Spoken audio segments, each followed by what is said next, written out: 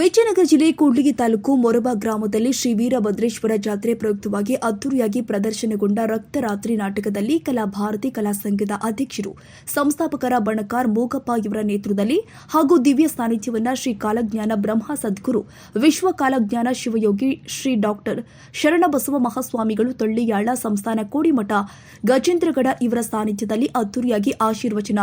ಮೊರಬ ಗ್ರಾಮಕ್ಕೆ ಮುಂದೆ ಸಾಕಷ್ಟು ಬೆಳೆಗಳು ರೈತರಿಗೆ ಖುಷಿ ಕೊಡಲಿದೆ. ಧಾನ್ಯ, ತೊಗರಿ ಬೆಳೆ, ಸೂರ್ಯಕಾಂತಿ, ಕಡಲೆ ಇತ್ಯಾದಿ ಬೆಳೆಗಳು ರೈತರನ್ನ ಕೈ ಹಿಡಿಯಲಿದೆ.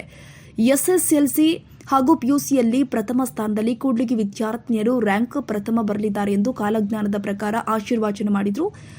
ಶ್ರೀ ಮಾರುತಿಸ್ವಾಮಿ ಗರುಡಾದ್ರಿ ಮಠ, ಶ್ರೀ ಆಂಜನೇಯ ಸ್ವಾಮಿ ಐಗಳ ಮಲ್ಲಾಪುರ್ ಇವರು ಉದ್ಘಾಟಿಸಿದರು. ಕಲಾಭಾರತಿ ಕಲಾ ಸಂಘದ ವತಿಯಿಂದ ರಕ್ತರಾತ್ರಿ ರೌದ್ರಮಯ ನಾಟಕವನ್ನು ನುರಿತ ಕಲಾವಿದರಿಂದ ಅಭಿನಯಿಸಿದರು.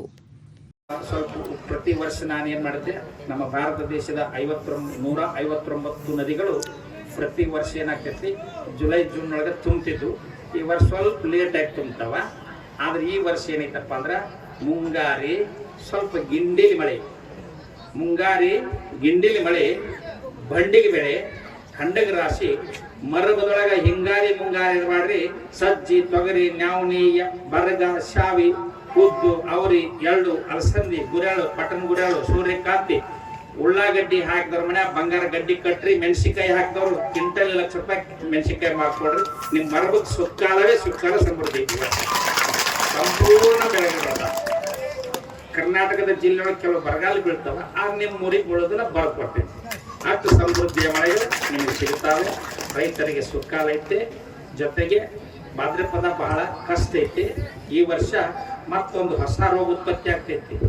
ಕೆಲವು ಪಟ್ಟಣ ಹಿಂದಕ್ಕೇನು ಬರಬಾರ್ದು ಬೇಲಿ ಹೆಚ್ಚಿದ್ರಿಲ್ಲ, ಈ ವರ್ಷನೂ ದೊಡ್ಡ ದೊಡ್ಡ ನಗರಗಳಿಗೆ ಬರಬಾಡ್ರಪ್ಪ ಅಂತ ನಿರ್ಬಂಧ ಹಾಕುವಂತ ಸಾಧ್ಯತೆಗಳು ಕೂಡ ಹೆಚ್ಚದವ. ಅದಕ್ಕೆ ದಯಮಾಡಿ ರೋಗ ಬರುವ ಸೂಚನೆ ಐತಿ. ಹುಷಾರಿಂದ ಬದುಕ್ರಿ. ವ್ಯಾಪಾರಸ್ಥರಿಗೆ ಸಾಧಾರಣ ಲಾಭ ಐತಿ. ಹುಷಾರಿಂದ ವ್ಯಾಪಾರ ಮಾಡ್ರಿ, ಇಲ್ಲಾಂದ್ರೆ ಬೀದಿಗೆ ಬಂದು ಬಡವರಾಗ್ತೀರಿ ವ್ಯಾಪಾರಸ್ಥರಿಗೆ.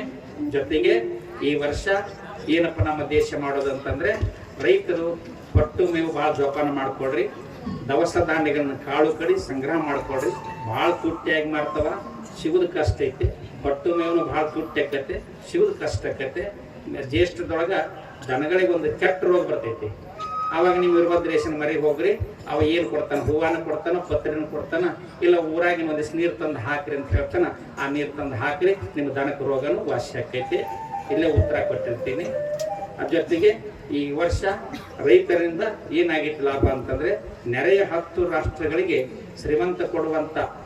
ಸಾಲ ಕೊಡುವಂತ ಶ್ರೀಮಂತ ರಾಷ್ಟ್ರ ಏನಾರು ಆಗುತ್ತೈತಿ ಅಂದ್ರ ಅದು ಜಗತ್ತಿನೊಳಗ ವಿಶ್ವದ ಭೂಪಟದೊಳಗ ಭಾರತ ದೇಶ ಮಾತ್ರ ಸಾಲ ಕೊಡುವಂತ ಶ್ರೀಮಂತ ರಾಷ್ಟ್ರ ಆಗಿ ಬರ್ತೈತಿ. ಈ ವರ್ಷ 4 ಗಂಟೆಗೆ ವಸ್ತು ಮಾಡಕತ್ತಾಳ, ಆಕಿ ನಿದ್ದೆನೂ ಮಾಡ್ತಾಳ, ಸಂಗೀತನೂ ಕೇಳ್ತಾಳ, ಕೂಸನ ರಂಭಿಸ್ತಾಳ, ಜೊತೆ ಕೈಪಲ್ಲಿ ಹಚ್ತಾಳ. 4 ಕೆಲಸನೂ ನಡೆದವ. 4:15 ಬೆಳಗಿನ ಥಾಟರಾಗ ಹಾಡ್ತಿದ್ದ ತಾನ್ಸನ್ ಗವಾಯಿ. ಆ ಹಾಡೋ ಕಾಲಕ್ಕೆ ಈ ಹೆಣ್ಮಗಳು ತೂಕುಡಿಸ್ಕೊಂತ ಸಂಗೀತ ಕೇಳ್ಕೊಂತ ಹಿಂಗೆ ಕೈಪಲ್ಲಿ ತೊಗೊಂಡು ಹೆಚ್ಚಿತಿದ್ದಲ್ಲ, ದಡಗ್ಗಿನ ಆ ಕೂಸು ಮಕ್ಕೊಂಡಿತ್ತಲ್ಲ, ಕುಂಬಳಕಾಯಿ ಮಾಡಿ ಆ ಕೂಸನ್ನ ತಗೊಂಡು ಹೆಚ್ಚಿಬಿಟ್ಲು. 2 ತುಂಡಾಗಿ ಹೋದ್ ಕೂಸು. ಒಂದು ಕೈಯಾಗ ರುಂಡ, ಒಂದು ಕೈಯಾಗ ಮುಂಡ, ರಕ್ತ ಕೈಯಾಗ ದುಣು ಕತ್ತಲ್ಲ, ಕಣ್ಣು ಬಿಟ್ಟು ನೋಡ್ತಾಳ. ನಿದ್ದಿಂದ ಎಚ್ಚೆತ್ ಬಿಟ್ಲು, 2 ತುಂಡಾಗಿ ಬಿಟ್ಟಿತ್ತು.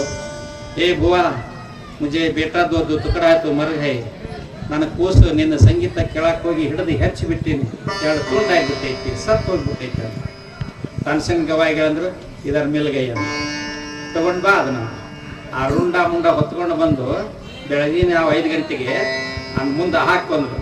2 ರುಂಡ ಮುಂಡ ಕೂಡಿಸಿ ಹಾಕಿ ಇದರ ಬೈಟೋನ್ ಆ ಕಡೆ ಕುಂದರ್ಸಿದ. ಕಾಪಿ ತಾಟಿನಿಂದ ಬೆಳಗಿನ ಜಾವ ಹಾಡಕ್ ಕತ್ತಿದ. 6 ಗಂಟೆಗೆ ಮಕ್ಕೊಂಡು ಕೂಸಿ ಹೆಂಗೆ ಎದ್ದು ಕುಂದಿರ್ತೈತಿ, ಹಂಗ ಸತ್ತು ಕೂಸಿ ಎದ್ದು ಕುಂತ